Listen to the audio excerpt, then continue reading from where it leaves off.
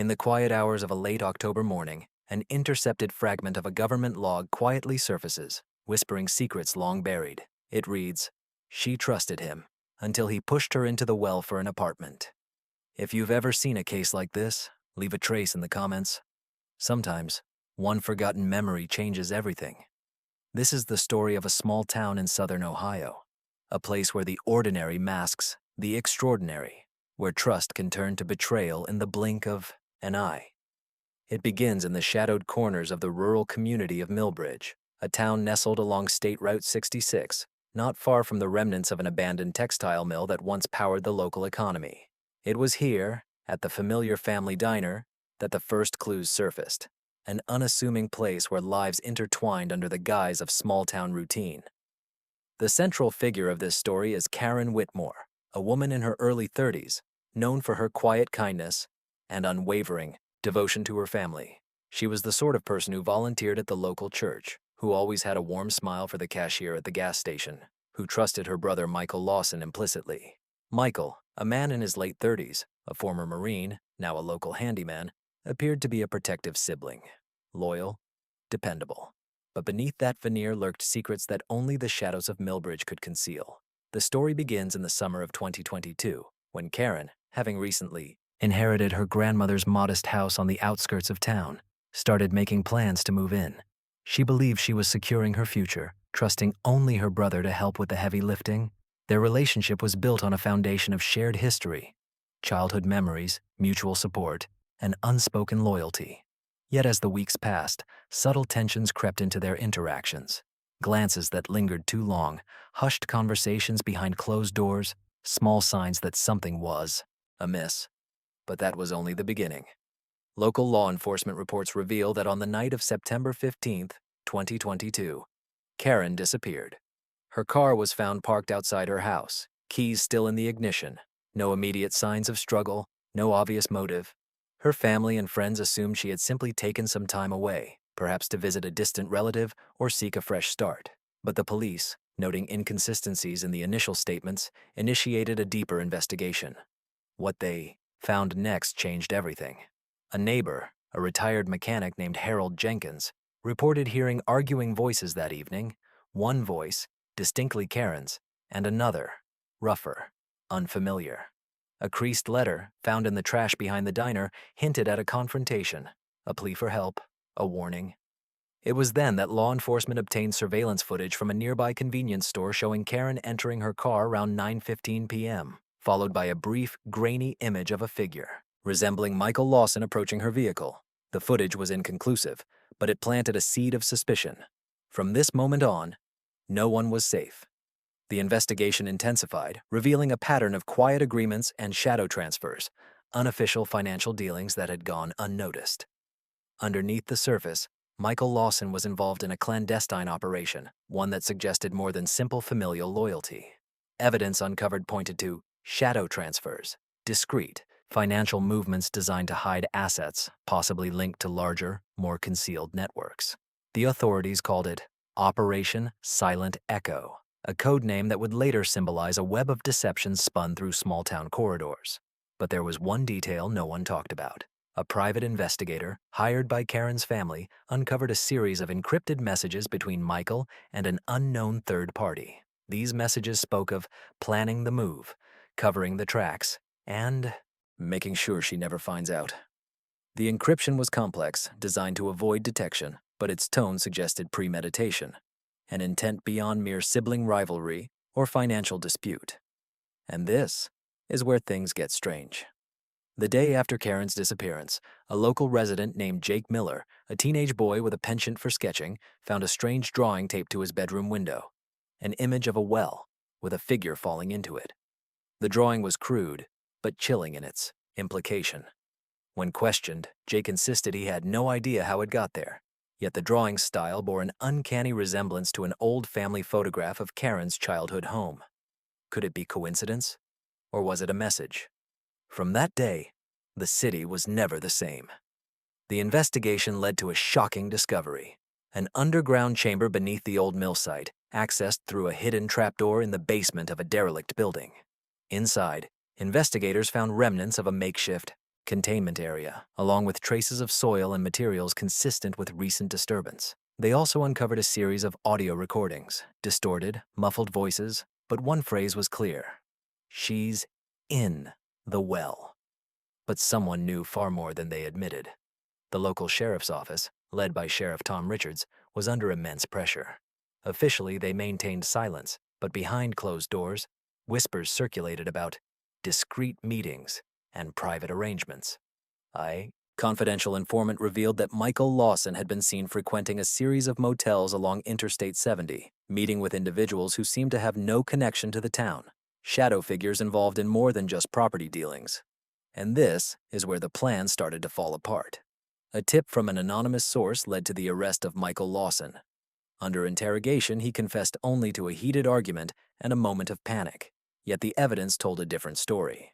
Witnesses placed him at the scene, and the audio recordings hinted at a calculated effort to silence her. The well, a feature from her childhood, became the central symbol of the case, a literal and figurative trap. This moment still sparks debates. In the aftermath, Karen's remains were never conclusively identified, but her disappearance was classified as a homicide. Michael Lawson was convicted on multiple counts: kidnapping, conspiracy, and tampering with evidence. Yet, questions linger. Who else was involved? Did the operation extend beyond what was uncovered? Did someone orchestrate the entire event from behind the scenes?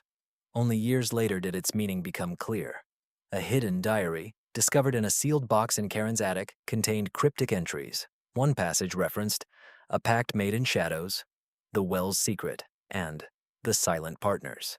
It suggested a network of individuals, perhaps even within the community, who had played roles in the concealment. The last entry was particularly chilling. They think they've won, but the truth is buried deeper than the well. Would you have trusted them? What would you have done then? You've heard it now. You can't unhear it. What would you have done? Subscribe before this one disappears. The town of Millbridge, once quiet and unassuming, now carried an undercurrent of distrust that seeped into every corner. The case of Karen Whitmore's disappearance and the subsequent revelations had fractured the community. Neighbors who once exchanged pleasantries now cast furtive glances, whispering behind closed doors. The local sheriff's department, under immense scrutiny, had become the subject of conspiracy theories and accusations, some claiming they knew more than they let on, others suggesting a cover-up rooted in fear or complicity. In the months following Michael Lawson's conviction, the investigation seemed to stall. Official reports emphasized that Karen's remains had never been recovered, and no new leads had emerged. Yet, beneath the surface, a different story was unfolding. A story of secretive meetings, coded communications, and a network of silent observers who seemed to have moved on, but whose shadows lingered. One of the most unsettling discoveries was an anonymous tip that pointed to a series of safe houses scattered across the outskirts of Millbridge. These were not ordinary properties, hidden behind false walls, concealed basements, or accessed through underground tunnels. They served as clandestine meeting points. Inside one such location, a dilapidated barn near the old mill, investigators uncovered a series of photographs, maps, and handwritten notes that hinted at a larger operation. The documents described the plan, the exchange, and the final step, all cryptic but suggestive of a carefully orchestrated effort to manipulate the town's narrative. But the most chilling evidence came from a series of recordings found on a weathered USB drive hidden inside a hollowed-out book in the town library's archives. The recordings were of voices, calm, measured, almost rehearsed, discussing the price of silence, the balance of power, and the final piece. One phrase repeated with eerie certainty: "The well is just the beginning." And then there was the child's drawing that had appeared on Jake Miller's bedroom window. It was not a one-off. Over the following weeks, more images surfaced, sketches of the town's landmarks, cryptic symbols, and, disturbingly, depictions of people in positions of authority, all with their faces obscured or replaced by abstract shapes. These drawings seemed to be a form of communication, a coded message from someone watching, waiting for the right moment. Would you have noticed the signs? Would you have understood what they meant? Or would you have dismissed them as childish pranks? The truth is, some of the most dangerous secrets are hidden in plain sight. The investigation took a darker turn when A. Second witness came forward, this time an elderly woman named Martha Jennings, who had lived in Millbridge her entire life. She claimed to have seen Michael Lawson at the edge of the old mill site just days after Karen's disappearance. Her account was vague but consistent, a man matching Michael's description, digging in the dirt near the well as if he was hiding something. When pressed further, Martha produced a small rusted key found in her garden with no clear explanation of how it got there. That key, later matched to an old abandoned shed on the outskirts of town, opened a dusty, cobwebbed space filled with remnants of what appeared to be makeshift storage. Among the clutter, investigators uncovered a worn leather-bound journal belonging to Michael Lawson. Its pages contained frantic notes, sketches of the well, and references to the pact, the silent partner, and the final phase. Strangely, the last entry was written in a hurried scrawl. "They're watching. I can't trust anyone anymore." The case, once thought to be resolved, now seemed to be unraveling anew. But what truly kept the authorities awake at night was an unsolved question. Who else was involved? Michael Lawson's conviction was based largely on circumstantial evidence and coerced confessions, but the deeper layers remained obscured. Evidence suggested the existence of a covert group, an assembly of individuals operating in the shadows, bound by a code of silence, perhaps even protected by the very fabric of the community. Some suspected that the true mastermind was someone high in local authority, a figure who had orchestrated the cover-up from the beginning. Others whispered that the entire event was a ritual, a sacrifice meant to serve a hidden agenda. The truth, as elusive as the murky depths of the well, refused to surface. And then, in a quiet moment of reflection, a faded photograph surfaced. It showed a group of 5 people standing in front of the old mill. Some faces obscured, others turned away. But what caught the eye was a small, barely visible inscription on the back. "The pact remains sealed." The photograph was discovered in a sealed box at the local historical society, its origins unknown, yet its implications undeniable. Would you have looked closer? Would you have questioned the image's silence? Because sometimes silence speaks louder than words. As the years passed, the case faded from the headlines, replaced by new stories, new tragedies. But beneath the surface, the whispers continued. Rumors of a secret society, of a conspiracy so deeply rooted that even those involved couldn't see the full picture. The town of Millbridge moved on, but the shadows lingered. An unspoken warning of what happens when trust is broken and secrets are buried deep. In the end, the final clue was a simple, unassuming item found in Karen's old bedroom drawer, a frayed piece of fabric, torn from a shirt. Embedded in the fibers was a tiny, almost imperceptible symbol, a circle with a line through it, reminiscent of a seal. It was a symbol that appeared in the most unlikely places. A graffiti tag on a bridge, a sticker on a police cruiser, a cryptic mark in an old ledger. It looked like coincidence, until they found the document. That document was a sealed affidavit hidden within the archives of the county courthouse, stamped "classified for official use only." It detailed an operation called Project Wellshade, a covert effort to manipulate local affairs through intimidation, blackmail, and discreet exchanges of influence. The document made it clear. The event in Millbridge was not an isolated incident. It was part of a pattern, a series of carefully orchestrated maneuvers across multiple small towns. The final pages contained a warning, an ominous phrase. When the truth is buried, the shadows grow stronger. You see, the story of Karen Whitmore is more than a missing person case. It's a reflection of a deeper, unseen network. One that operates in the silence of the night, in the quiet corners of small-town America. It's a reminder that trust, once broken, is difficult to rebuild, and that some secrets are too dangerous to ever be fully uncovered. Would you have trusted them? Would you have seen the signs? Or would you have turned away, convinced it was just another story? You've heard it now. You can't unhear it. What would you have done? Subscribe. Before this one disappears into the shadows, the quiet town of Millbridge had become a ghost of itself, haunted by truths too unsettling to confront openly. As months turned into years, the whispers persisted, rumors of hidden caches, secret meetings, and unseen figures watching from the darkness. The investigators, now disillusioned, had withdrawn to their routines, but the core questions refused to die. Who truly pulled the strings? What was the extent of the operation? And how deep did the corruption run? Behind the scenes, a clandestine network remained, active, its tendrils reaching beyond the borders of Millbridge into neighboring counties. Evidence hinted at a larger web, an intricate tapestry woven with deception, coercion, and silence. Some believe that Karen's disappearance was a mere catalyst, a spark igniting a broader effort to control the narrative, to suppress any truths that threatened powerful interests. In the shadows, a series of anonymous communications kept the fire smoldering.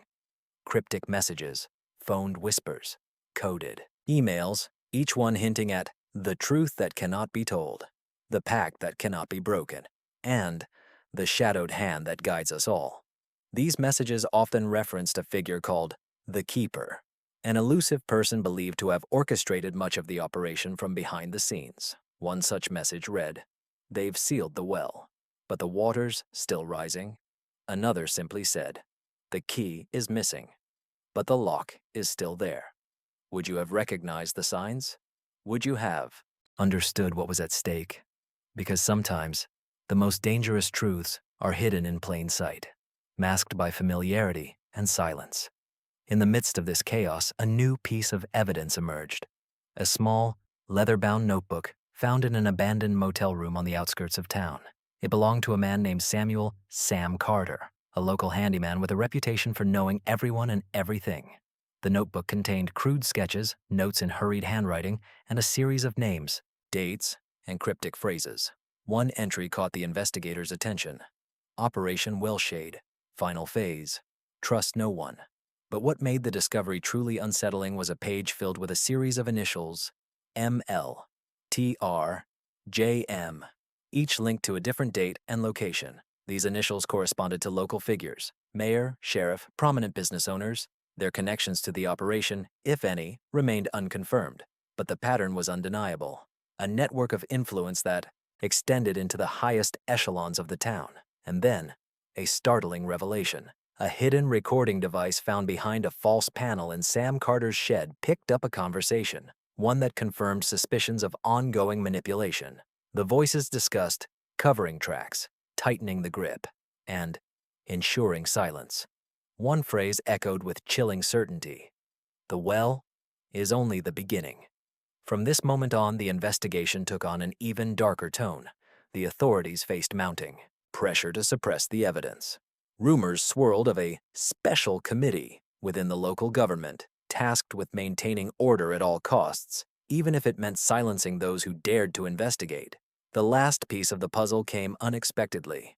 An encrypted email sent from an untraceable account to a whistleblower within the sheriff's office. The message contained a single phrase: "The truth is buried deeper than the well." Attached was a photograph of the old mill site, taken at night, showing a faint outline of a figure standing near the well's edge, silent, watching. Would you have recognized the significance? Would you have understood the implications? Because sometimes, the most innocuous image holds the weight of 1,000 secrets. As the story of Karen Whitmore's disappearance faded from public view, the shadows grew longer, but in the quiet corners of Millbridge and surrounding areas, the whispers persisted. People wondered, was justice truly served? Or was it merely a calculated cover-up designed to protect those in power? The final, most unsettling question remains: how many others have been sacrificed to maintain the illusion of order? How many secrets lie buried beneath the surface, waiting to surface when the time is right? Because in small-town America, trust is a fragile thing, easily shattered, difficult to rebuild, and some shadows are too deep to ever fully escape. Would you have looked closer? Would you have dared to ask the difficult questions? Or would you have looked away, convinced that some truths are better left hidden? You've heard it now. You can't unhear it. What would you have done? Subscribe before this story slips back into the darkness, forever concealed beneath the surface.